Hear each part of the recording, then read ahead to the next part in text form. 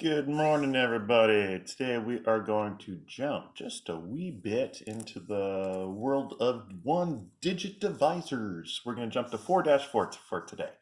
We're going to skip the problem-solving page 4-3. It's kind of more of a estimating type lesson. We're going to jump into the division. That way you guys can work on it longer so that if you have questions, you can get those questions answered right away. So, with division, some people find it really easy. Some people find it really hard. Some people find it easier to do in your head than on paper. And I think that is where the problem really lies, is division has a whole bunch of steps that you throw all around the place on the paper, it seems, and it just doesn't really quite make sense. To help make it make sense, we're going to go and look at the simplest problems, the ones that you can do in your head, but we're going to do them on paper also, and you can see where the 4 steps come from. So the 4 steps, if you don't remember, whoopsie, I can't spell already. That's what happens when you talk and write at the same time. Divide, multiply, subtract, bring down. Now, you maybe learn dad, mother, sister, brother. Or teachers make up their own thing like don't make stupid books. I don't know, whatever.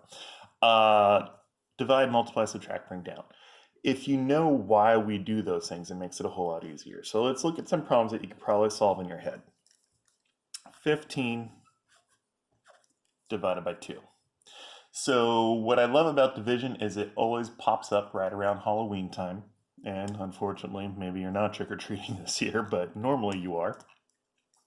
If you go out trick-or-treating with one friend, so that there's 2 of you going out trick-or-treating, and you all together get 15 pieces of candy, how much candy does each person get? Now, if you do this in your head, you're going, okay, so let's see, how close can I get to 15?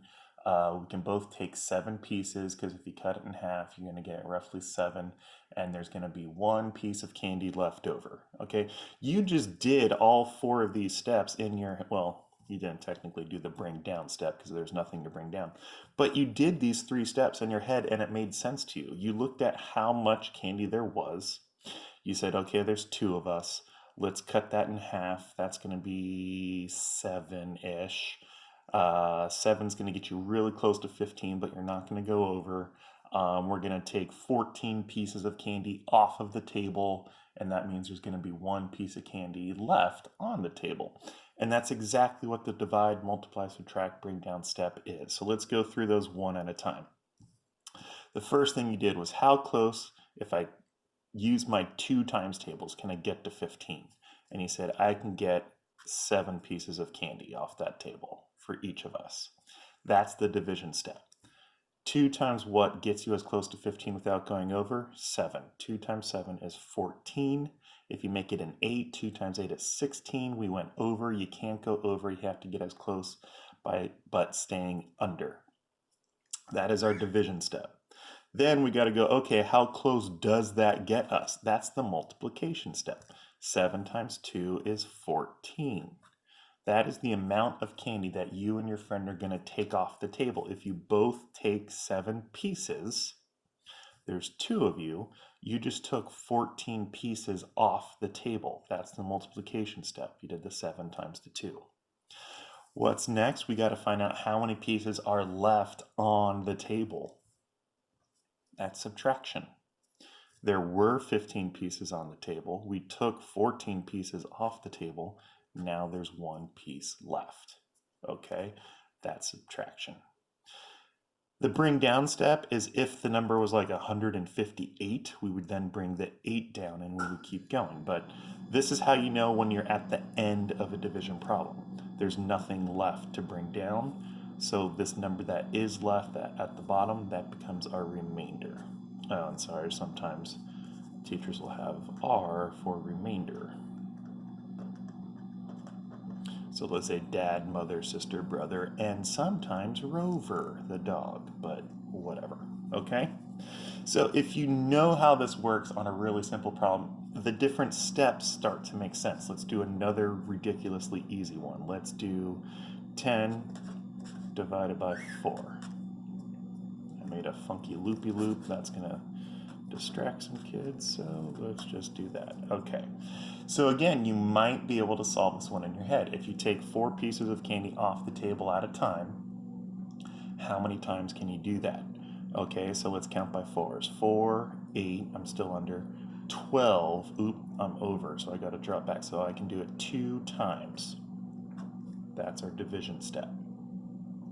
Now, next step is multiply. If everyone takes 2 pieces of candy off the table and there's 4 people, how many pieces are you taking off of the table? 2 times 4 is 8. So now we need to figure out, well, how many pieces are left? In order to do that, we have to subtract. There were 10 pieces. Everyone together took 8 pieces total off the table. What's left over? 10 minus 8. It is 2. There's nothing left to bring down. This becomes our remainder. Our answer is going to be 2, remainder 2. All right. Divide how many pieces did each person get. Multiply how many were taken off of the table. Subtract how many pieces are left on the table. We're doing these steps all at once when the problem's really easy. When the problem gets really big, you have to do each problem individually, and that's where kids tend to get lost. So let's make it a little bit harder. What if you guys go out and you're really working and you get, let's say 173 pieces of candy, and there are 5 of you out there trick-or-treating. That's a 5, not a 6. Let's just rewrite that. Leave yourself room when you divide. Don't try and squeeze it into a little tiny corner. Okay, so the way this works, kids get lost because they go, okay, how many times does 5 go into 173? And they try and do this great, big, huge problem all at once. No, we're going to break it down. So when you have a big, long number inside the box, we're going to go 1 digit at a time. If there's 1 piece of candy on the table, can we split that up by 5 people? No, we can't. So we're going to look at the next one. 17. If there were 17 pieces of candy on the table, can 5 people get some? Yes, they can. Let's count by 5s. 5, 10, 15 is going to be right underneath it. 20 is going to be too far, so it's 15. Everyone gets 3 pieces. Now, how does that make sense? Well, you know what? Don't worry about it making sense for right now. Let's just follow these steps so you can see how the steps work, and then I'll explain why this works. So 5 goes into 17 3 times. Since it went into the 17, I'm going to put that 3 right above that 7. That's my division step. Now I got to see how many pieces disappear off the table, so I need to multiply. 3 times 5, that's going to be 15. Since I started with the number 17, my 15 is going to go right underneath that 17. If you look, everything is lining up against this imaginary wall. All right, I started with 17. The 5 went into 17 3 times right against the wall. I multiplied 3 times 5, 15 right against the wall. And now when I do my subtraction step to see how many pieces are left, 17 minus 15 is 2 right against the wall. Okay, now I'm going to use this 4th step, bring down. I got this 3 just kind of hanging over this cliff here. So now this 3 gets to come down, and I like to draw in the arrow just so that I can look at it really quickly and say, oh yeah, I already brought that 3 down. Once I bring down, I go back up here and I start the problem all over again. It now turns into a really easy problem of 23 divided by 5. When we do long division, we should never have really crazy hard answers. We're going to do it one little step at a time, and it should always be like a 3rd grade problem. What's 17 divided by 5? What's 3 times 5? What's 17 minus 5? What's 23 divided by 5? it's always going to be something really simple. If you're getting answers of like, ooh, I think that goes in 18 times, you're doing too much all at once. Division, what's really cool is it stays little tiny easy problems, but you got to put numbers in the right place, and that's where kids get it wrong. So we are starting out 23 divided by 5. 5 goes into 23 if you count by 5s, 5, 10, 15, 20, 25. So 25 is too big. We want that 20. So how many 5s can we take to get 20 pieces off the table? That is 4. So that's our division step. Everyone takes their 4 pieces. Notice I'm not doing 34 times 5. I'm only doing the 4 times 5. 4 times 5 was 20. That's how many pieces everyone just took off the table. All right, how many are left? Oh, that's division. And, it's not division, that's subtraction. So we subtract, and there's 3 pieces of candy left on the table. So there's nothing left to bring down. That means we go over to our remainder. So everybody gets 34 pieces of candy. There are 3 pieces left over. My answer is 34, remainder 3. Okay. Now, if you look at that last step, again, everything lined up against my next little imaginary wall. You have to be neat enough when you do division. Just like when we're doing long multiplication, you can't write your numbers in all these crazy curvy columns. You can't leave big old spaces. You have to put it in nice and neat, all in a row. You have to be able to read your numbers. It has to be neat enough. This is where I struggle. You guys can see my handwriting. My handwriting, it's not the best in the world, but you can still read my handwriting.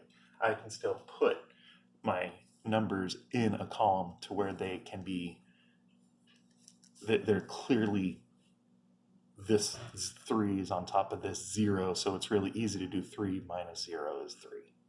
All right? So let's do one more longish one. You know what? We're going to go crazy here. You ready for this one?